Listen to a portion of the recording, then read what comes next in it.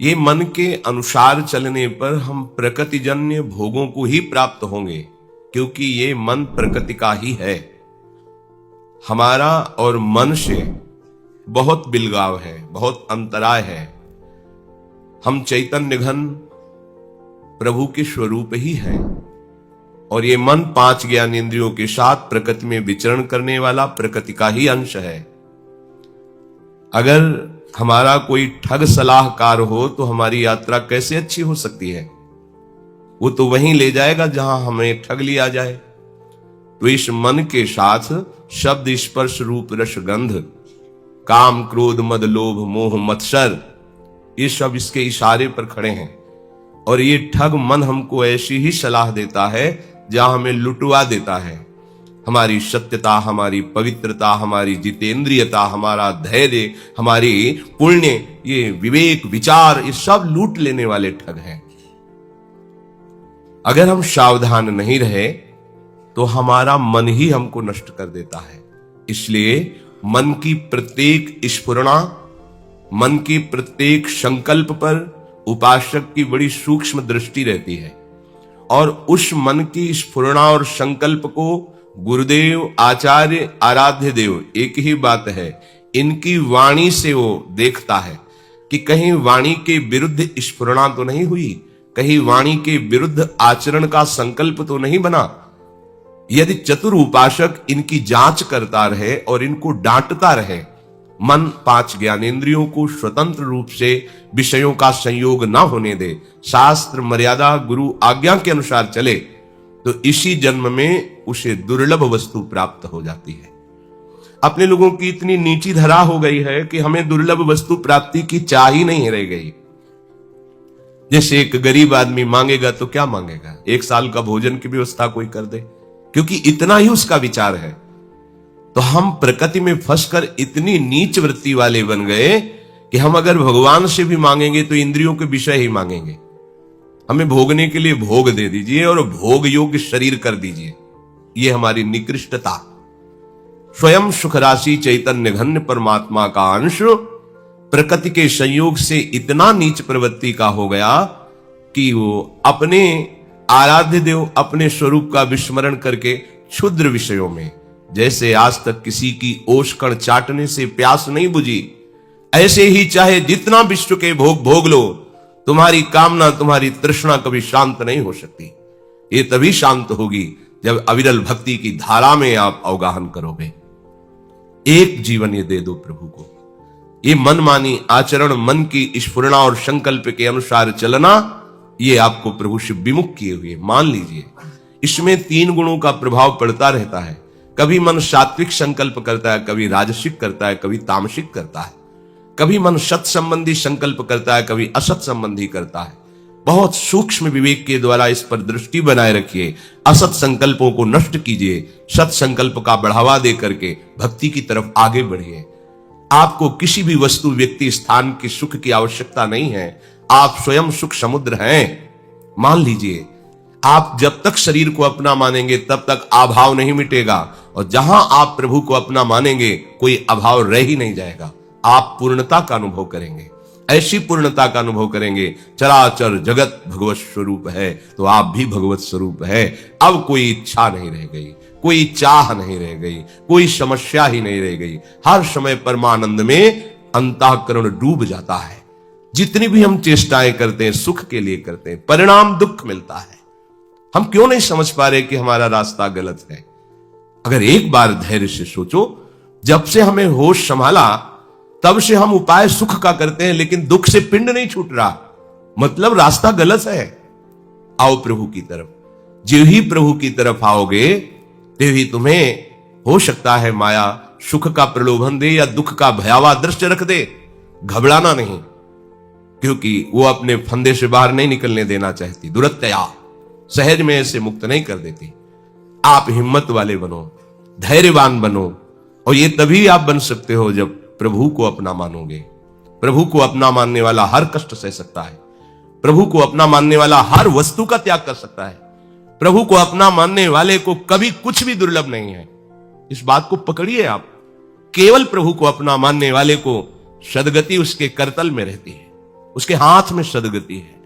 इसलिए भगवान कृपा करके कह रहे हैं, बहूनाम जन्मनामन्ते ज्ञानवान माम प्रपद्यते वासुदेवः सर्वमिति स महात्मा सुदुर्लभः। बहुत जन्मों की साधना के परिणाम रूप वो मेरी शरण में होकर के जान पाता है कि केवल भगवान ही भगवान है। भगवान अपने को त्रिगुण माया का पर्दा लगाकर ढके हुए यही है, हमारे पास है, हमारे सामने है, पर हमारे नेत्रों में पर्दा लग गया है त्रिगुण माया का। आप निरंतर प्रभु का आश्रय लेकर नाम जप कीजिए, आपकी स्थिति बदल जाएगी। पूज्य श्री भाई जी महाराज, राधा माधो बसी रहे ही महानीत्य ललाम, मुख निर्तत नित नव मधुर राधा माधो नाम। राधा माधो प्रेम रस सुधा दिव्य सुमहान, स्वसुख वासना रहित चित करत निरंतर पान। निष्कामति बहुत दुर्लभ है। बुद्धि में कोई कामना ही न रह जाए और सबके प्रति सुख देने का भाव आ जाए, ये रसोपासना के उपासक की नींव है। अपनी दिनचर्या ऐसी बना लो कि कम से कम खर्चे में जाए, प्रकृति से तुम्हारा कम संबंध हो। भले हर सामग्री, हमने संत जनों को देखा है, उतना ही पानी प्रयोग करते हैं जितनी आवश्यकता है। ऐसा नहीं टूटी खोल दी पानी बह रहा है, उतनी ही प्रकाश, नहीं तो बंद कर दिया, अंधेरे में बैठे शांत भगवत चिंतन। प्रकृति का प्रयोग बहुत कम मात्रा में करो। प्रार्थना मान लीजिए, आप प्रकृति के स्वामी बन करके भोग करेंगे तो आपको अपनी दासता से मुक्त नहीं होने देगी। प्रकृति अपना गुलाम बना के रखेगी आपको। उतना ही भोजन, उतना ही वस्त्र, जितना हमारे जीवन के लिए आवश्यक है, बस प्रकृति से दूर रहो। जितना आवश्यक है उतना स्वीकार करो। प्रकृति से दूर रहने का मतलब हर समय आवश्यकता हमें प्रिया प्रीतम की है, इसलिए हमें उनके चिंतन में रहना, प्रिया प्रीतम के नजदीक रहना है। अगर प्रकृति के भोक्ता बने तो फिर प्रकृति तुम्हें गुलाम बना लेगी, वो अपनी दासता से मुक्त नहीं होने देगी। जितना आवश्यक है उतना। अगर आप पैदल चल लेते हो, आपका स्वास्थ्य ठीक है, तो आप पैदल चलने की चेष्टा करें। वाहन रिक्शा करने की जरूरत नहीं है। 10 मिनट पहले चलिए, आपका शरीर स्वस्थ रहेगा, भजन बनता रहेगा। अकेले चल रहे झूमते हुए, कोई पद गुनगुना रहे, नाम चिंतन करें, या 1-2 साधक साथ चल रहे, नाम जप कर रहे। जरूरी है 4 कदम जाना है, रिक्शा में बैठ जाओ। इतना शरीर को सुकुमार कर लिए हो, प्रकृति का वार सहने की ताकत नहीं रह गई। आप सच्ची मानिए, जितना आप प्रकृति का सुख भोगेंगे उतनी प्रकृति आपको दबा देगी। गंगा के किनारे रहते थे, 10 वर्ष, हमें याद नहीं कभी जुकाम हुआ होगा, तीनों टाइम गंगा स्नान होता था। प्रकृति का सीधा वार सहो, परमात्मा चिंतन अखंड होने लगेगा, क्योंकि आप साधक हैं। हम प्रकृति के गुलाम बनते जा रहे हैं, तो हमारे अंदर सुख देवे को चाव नहीं आएगा, सुख लेवे को चाव आएगा। हर वस्तु से, हर व्यक्ति से, हर पदार्थ से हम सुख भोग लें। ये उपासक नहीं है, ये उपासना नहीं, ये वासना है। हमें वासना को उपासना में बदलना है। फिर ध्यान दीजिए, प्रकृति की उतनी ही वस्तु प्रयोग कीजिए जितनी अत्यंत आवश्यक है। जीवन में कभी साबुन तेल का प्रयोग नहीं हुआ, पूरे जीवन में कभी। कोई हम काले कलूटे ऐसे तुम्हें दिखाई दे रहे हैं क्या कि भाई वो क्रीम नहीं लगी, साबुन है? अरे भागवती तेज से संपन्न उपासक होता है। भले त्वचा का रंग सांवला है, पर हृदय में तो गौर श्याम विराजमान है, उनका प्रकाश होता है। साधु को साबुन लगाने की क्या जरूरत है? अच्छा, कपड़ा है, फट गया तो सिल लिया है, रजी तो लगती है, पानी से धो लिया, क्या जरूरत है प्रकृति के विविध प्रकार की साबुनों की, वस्तुओं की? जितना आप प्रयोग करेंगे उतनी गुलामी होगी। आप तर्क कर सकते हो, बहुत बढ़िया है आपके पास बुद्धि एक दूसरे पर, लेकिन हम आपको जो कह रहे हैं, जब वो धरा आ जाएगी ना, तो फिर इन सब बातों का कोई महत्व नहीं रहता। लेकिन वहां तक इस बात का महत्व रखना पड़ेगा। अगर आप प्रकृति का भोग करेंगे तो प्रकृति आपको मुक्त नहीं होने देगी। शब्द याद कर लीजिए, वृंदावन के सिवा कभी जीवन में ऐसे मंजन नहीं हुआ। कोलगेट आदि जो कहते हैं, कभी नहीं। गंगा जी की बालू वही ऐसे हुई। कभी कहीं 1 रुपए का खर्चा जीवन में नहीं, चाय कभी नहीं पी। चाय क्या मतलब, रोटी मिल जाए 2-4 दिन में तो भगवान की कृपा। गंगा किनारे कौन सा वहां कोई 56 भोग लिए बैठा है। चित्त वृत्ति को निरंतर भगवदाकार करने के लिए प्रकृति के संयोग का कोई भी चिंतन न रह जाए। बहुनाम जन्मनामन्ते ज्ञानवान माम प्रपद्यते। ऐसे थोड़ी भगवदानंद की अनुभूति होती है। जवान हो, स्कूटी में भर भर घूम रहे हो, इधर उधर भागे घूम रहे हो। अत्यंत आवश्यक बात है, कोई ऐसी है कि अमुक समय पहुंचना ही तो ठीक है, नहीं आराम से टहलते हुए जा रहे हैं, राधा वल्लभ श्री हरिवंश चिंतन करते चले जा रहे हैं। ये जो आपकी सुख वृद्धि बुद्धि में आ गई है प्रकृति जन्य भोगने की, ये आपको परमात्मा प्राप्ति होने में बाधा खड़ी करती रहेगी। आप ध्यान से सुन लो। हम बहुत अच्छे अच्छे महापुरुषों का गंगा किनारे दर्शन, स्पर्श, संभाषण आदि प्राप्त हुआ, देखा है। केवल उतना ही प्रयोग जितनी आवश्यकता है, अन्यथा नहीं। दूसरों को पवाने में बड़े प्रवीण और अपने पाने में बहुत संकुचित। एक तरी नाम का आश्रम है, गंगा किनारे भ्रमण करते समय मिला हुआ था। श्री पूज्य स्वामी सुरेशानंद जी महाराज, कई संत पहले से वहां विद्यमान थे और भी संत, और जब बहुत सबको ऐसे लगता था जैसे बहुत पूर्व परिचित है। बड़े प्यार से सबको गुलगुला, पुआ, खीर क्या क्या बनवाया, और ऐसे उल्लसित जैसे कोई बालक आनंदित होकर के पवा रहा हो। दौड़ दौड़ के दिगंबर रहते थे, नंग धड़क। जब कोई माता बहनें आ जाती थी तो एक कचला ऐसे डाल लेते थे। परमहंस थे। आश्चर्य में उनकी वृत्ति देखी, संतों को पवाने में इतने आनंदित। वो पीछे एक कुटिया मिट्टी की थी। पता लगा कि नई अवस्था थी तो खोज रहती थी संत महात्माओं की वृत्तियों को देखना, उनकी एक एक चेष्टा को देखना, उनकी एक एक बात को पकड़ना। तो गए उनकी कुटिया में, ऐसे दरवाजा उड़का हुआ था। प्रार्थना की महाराज आ सकते हो? खुला। पहली बार दर्शन हुआ, केवल तखत पड़ा हुआ है, कोई गद्दा नहीं, कोई आसन नहीं। ऐसे दिगंबर बैठे हुए, हाथ में 2 रोटी है और बैंगन का भरता है, और ऐसे पा रहे थे।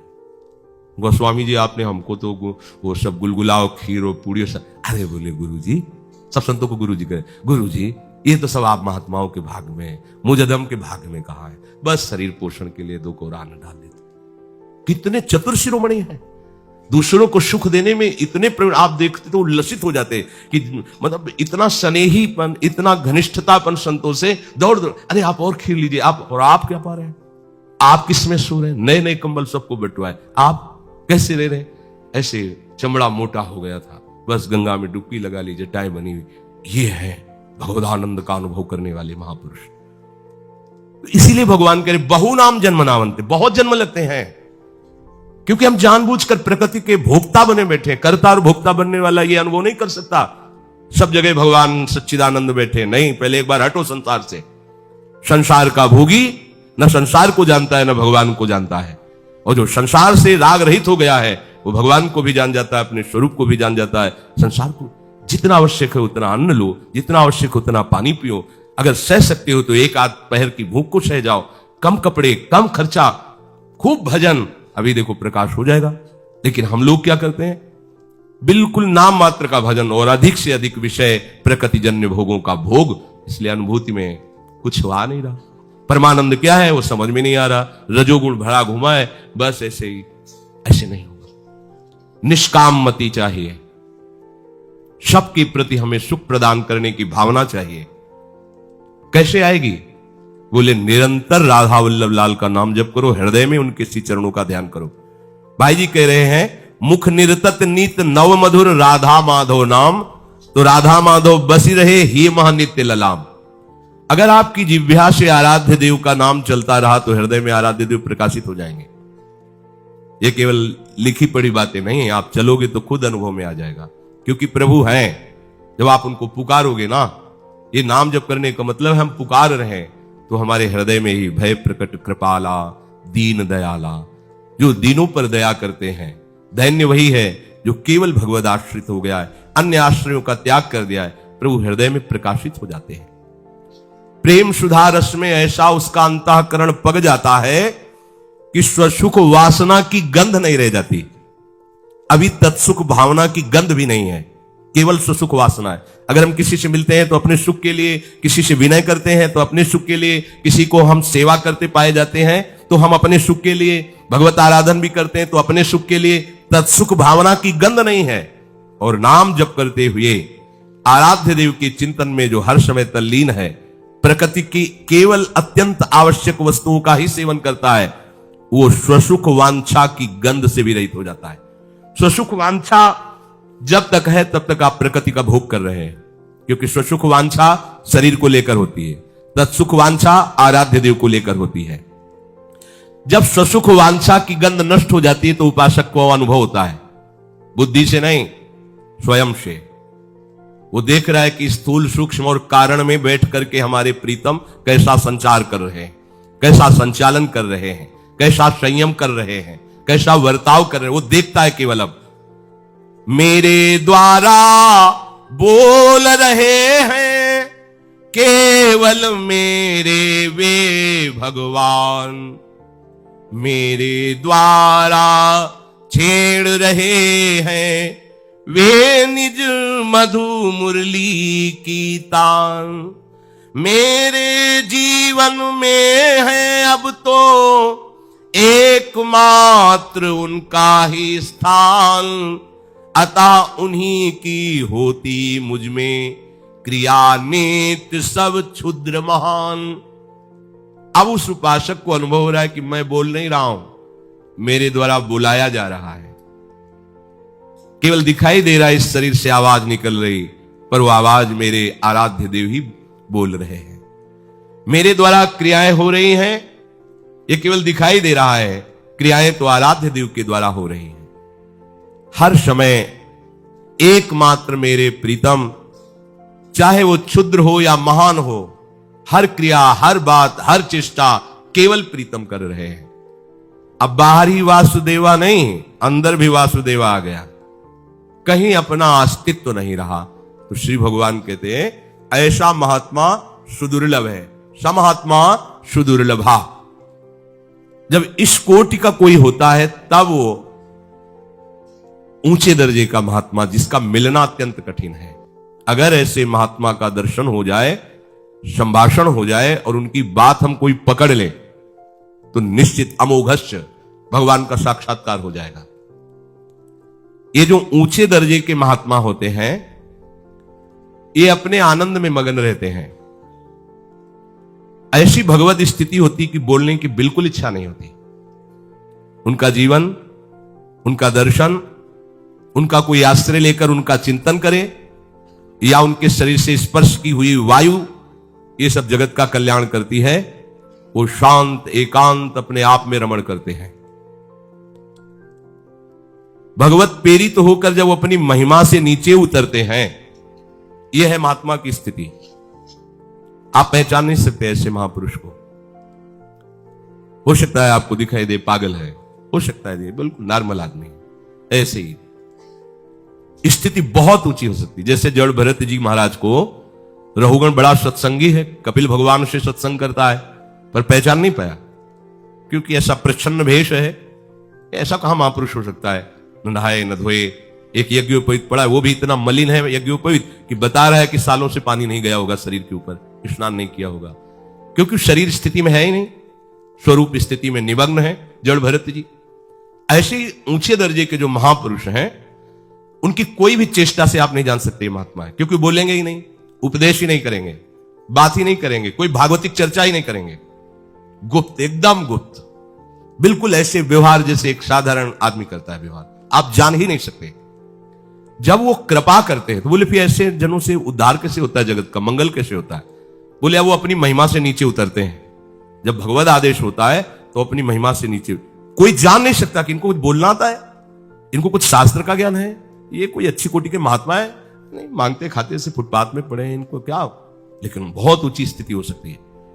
जब महात्मा भगवत प्रेरित होकर अपनी महिमा से नीचे उतरते हैं, तब वो किसी के सामने अपने भावों को प्रकाशित करने लगते हैं। जैसे महिमा से उतरे नीचे जड़ भरत जी, तो पालकी में विराजमान रघुगण को उपदेश देने लगे। ये महिमा से उनका नीचे उतरना है, भावों से नीचे उतरते हैं और उपदेश करने लगते हैं कि देखो, परम मंगल परम सुख के लिए महात्माओं ने, भगवान ने ऐसा आदेश किया है कि आपको ऐसा चलना चाहिए, ऐसा चलना चाहिए।